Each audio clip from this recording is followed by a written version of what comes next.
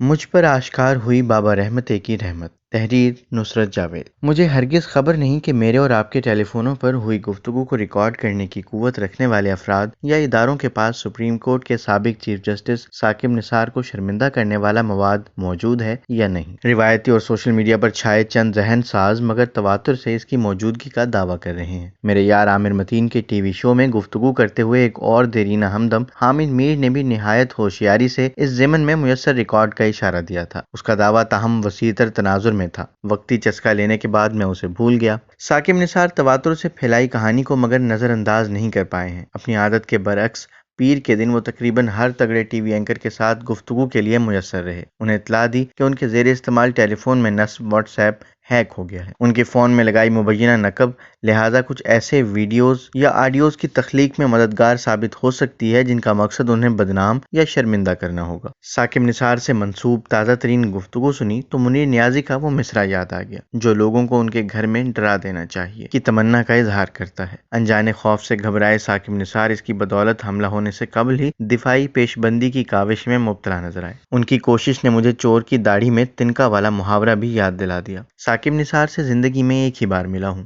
2011 میں تقریب کاری کا ایک سنگین واقعہ ہوا تھا۔ ہمارے ایک جواں سال صحافی سلیم شہزاد تھے۔ تعلق ان کا کراچی سے تھا مگر دہشت گردی سے جڑی خبروں کی تلاش میں اسلام آباد منتقل ہو چکے تھے۔ ہمارے قبائلی کہلاتے علاقوں میں متحرک کئی تنظیموں سے مسلسل رابطوں میں رہتے۔ تقریب کاری کا کوئی اہم واقعہ ہو جاتا تو میں آج ٹی وی کے لیے اپنے شو میں انہیں گفتگو کے لیے خصوصی طور پر مدعو کرتا۔ جس خاص واقعہ کا ذکر ہوا ہے اس کی بابت ان کی رائے پریشان کن تھی۔ ان کی رائے نے لوگوں کو چونکایا تو میرے نشر ہوئے پروگرام کے 2 دن بعد ایک اور ٹی وی نے بھی انہیں اپنے پروگرام میں شرکت کی دعوت دی۔ وہ گھر سے اس میں شامل ہونے کو نکلے مگر ٹی وی تک نہ پہنچنے پائے۔ چند روز گزرنے کے بعد ان کی لاش منڈی بہاؤالدین کے قریب واقع نہر میں برآمد ہوئی۔ سلیم شہزاد کی پراسرار موت نے صحافیوں کی اکثریت کو بوکھلا دیا۔ ان کی گمشدگی اور موت کے حقیقی اسباب کا سراغ لگانے کے لیے ہم نے حکومت پر دباؤ بڑھانے کے لیے پارلیمان کے سامنے احتجاجی کیمپ لگایا۔ ذاتی طور پر میں احساس جرم میں مبتلا رہا۔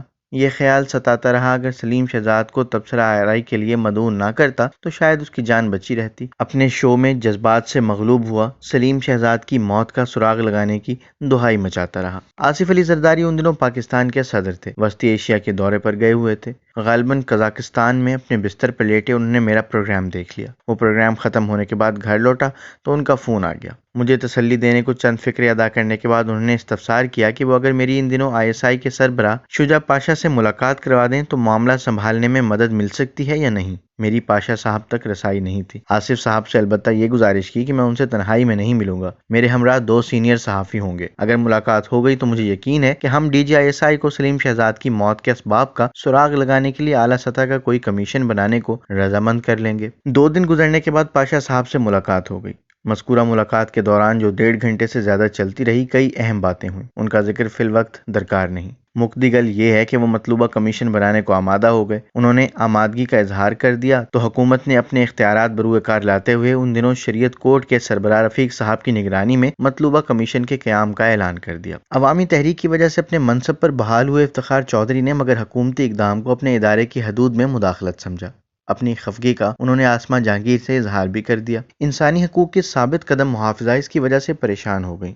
مادر مہربان کی طرح انہوں نے حامد میر سے فون پر رابطہ کیا۔ طے یہ ہوا کہ ہم لوگ فوری طور پر اسلام آباد پریس کلب پہنچ جائیں اور سر جوڑ کر راہ نکالیں کہ افتخار چودھری کو کمیشن کے قیام کے لیے کیسے رضامند کرنا ہے۔ بالآخر راستہ دریافت ہو گیا۔ آسماں جہانگیر نے افتخار چودھری کے دل کو نرم کر دیا۔ موصوف نے مگر یہ فیصلہ کیا کہ مطلوبہ کمیشن کے سربراہ ثاقب نثار ہوں گے۔ کمیشن کی کارروائی کے باقاعدہ آغاز سے قبل ثاقب نثار نے ملک بھر سے چند نامور صحافیوں کو غیر رسمی مشاورت کے لیے اسلام آباد طلب کر لیا۔ میرا نام مدعو کیے گئے لوگوں میں شامل نہیں تھا۔ اپنے ساتھیوں سے اظہار یکجہتی کے لیے مگر سپریم کورٹ چلا گیا۔ کافی انتظار کے بعد ثاقب نثار تشریف لائے۔ سپریم کورٹ کی عمارت میں موجود ایک ڈرائنگ روم نما بڑے سے کمرے میں صحافیوں کو طلب کر لیا گیا۔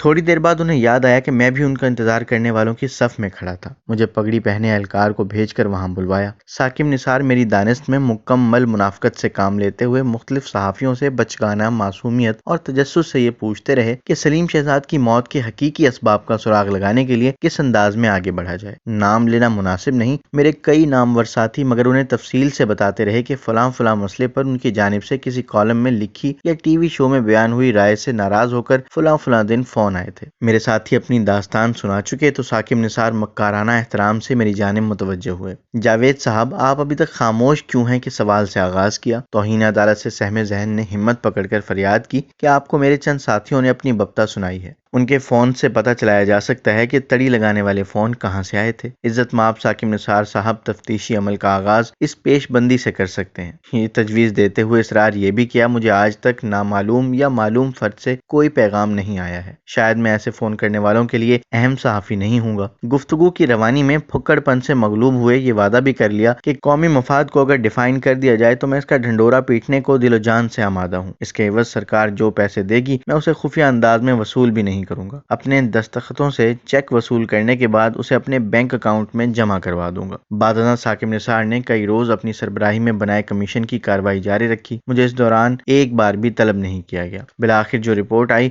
وہ قطعاً پھس پھسی تھی۔ سلیم شہزاد کی ناگہانی موت کا آج بھی سراغ نہیں ملا ہے۔ ثاقب نثار نے خود کو بابا رحمتے کا خطاب بھی دے رکھا ہے۔ ان کی رحمت لیکن مجھ نصیب کے روبرو محض ایک ملاقات کے دوران ہی آشکار ہو گئی تھی۔ اسی باعث پاناما پیپرز کے منکشف ہو جانے کے بعد وہ جو بھی ڈرامے لگاتے رہے میں نے اسے سنجیدگی سے لینے کی ضرورت ہی محسوس نہیں کی۔ پیر کے روز متعدد صحافیوں سے گفتگو کرتے ہوئے انہوں نے یہ اطلاع بھی دی کہ وہ ان دنوں ایک کتاب لکھ رہے ہیں، وہ مگر ان کی موت کے بعد شائع ہوگی۔ یہ کالم ختم کرتے ہوئے سوال فقط یہ اٹھانا چاہتا ہوں کہ ان کا دل اگر پورا سچ عیاں کرنے کو آمادہ ہو ہی گیا ہے تو موت کا انتظار کیوں؟